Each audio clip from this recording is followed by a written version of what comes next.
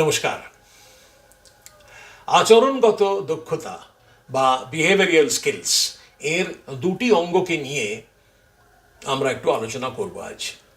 একটি হলো সাক্ষাৎকার দেওয়ার দক্ষতা, আরেকটি হলো জনসমক্ষে বক্তৃতা দেওয়ার, কিছু বলার দক্ষতা, যাকে বলতে পারি আমরা ইংরেজিতে ইন্টারভিউ ফেসিং স্কিলস এবং পাবলিক স্পিকিং স্কিলস। প্রথমেই আমি সাক্ষাৎকার দক্ষতা নিয়ে কথা বলি। অল্প সময়ের মধ্যে সাক্ষাৎকার গ্রাহককে জেনে নিতে হবে যে প্রার্থীর ব্যক্তিত্বের বৈশিষ্ট্যগুলি কী কী, তার আত্মবিশ্বাস কেমন, তার মানসিক সতর্কতা কেমন অর্থাৎ সেলফ কনফিডেন্স এবং মেন্টাল অ্যালার্টনেস, মনস্তাত্ত্বিক আচরণটাই বা কেমন সেটা একটু যাচাই করে নেওয়া হবে।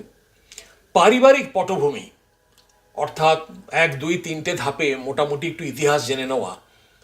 কেন না, শিক্ষাগত যোগ্যতা, মূল্যবোধ এবং সংস্কৃতি এইগুলো জানলে মোটামুটি যারা প্রার্থী তাদের সম্বন্ধে একটু ভালো ধারণা করা যায়। সেটাই যারা সাক্ষাৎকার গ্রাহক তারা জানতে চাইবে। বাহ্যিক রূপ, যেটা আমরা করতে পারি না সেটা নিয়ে কথা নেই, কিন্তু যা করা যাবে সেটাই আলোচনা করব। বা চেহারা নিয়ে নেতৃত্বের গুণাবলী আছে কি, সেগুলো কিভাবে যাচাই করা হবে, আমাদের কি করতে হবে, ক্যান্ডিডেটদের কি করতে হবে, কি প্রস্তুতি নিতে হবে। আচ্ছা, আমাদের অন্যদের অনুপ্রাণিত করার ক্ষমতা আছে কি, দলগত কার্যকারিতা বা টিম বিল্ডিং স্পিরিট বা টিম ম্যানেজমেন্ট এটা আমাদের আছে কি, এটা আমরা শিখবো সব। এগুলো সব গোষ্ঠী আচরণ যাকে বলা যেতে পারে, এটাও আমরা শিখবো। এবার আসি আমি পাবলিক স্পিকিং বা জনসমক্ষে বক্তৃতা দেওয়ার ক্ষমতা।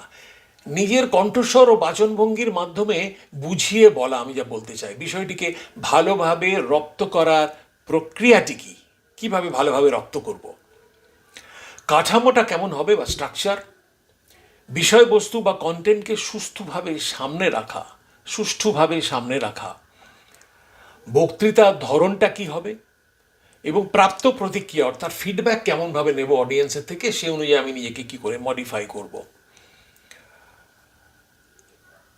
আবেগ বা মানসিক চাঞ্চল্যকে সামলানো, নিজেরও হতে পারে এবং সেটা অডিয়েন্সেরও হতে পারে। অপ্রত্যাশিতকে সামলানো, অপ্রত্যাশিত ঘটনা, সাডেন ডেভেলপমেন্ট হতেই পারে, যেটা নিয়ে যদি না জানি কি করে আমরা হ্যান্ডেল করতে হবে, আমরা ঘাবড়ে যেতে পারি, ভয় পেতে পারি।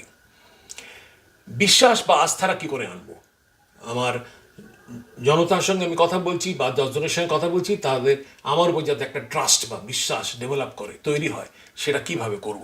সূক্ষ্ম তারতম্যগুলো কি কি, যাকে ইংরেজিতে বলে নুয়ান্সেস, সেগুলো আমরা জেনে নেব।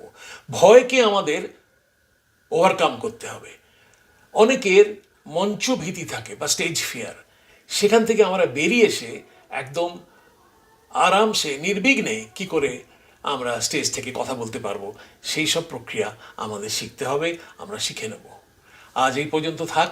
নমস্কার, দেখা হবে কোর্সে।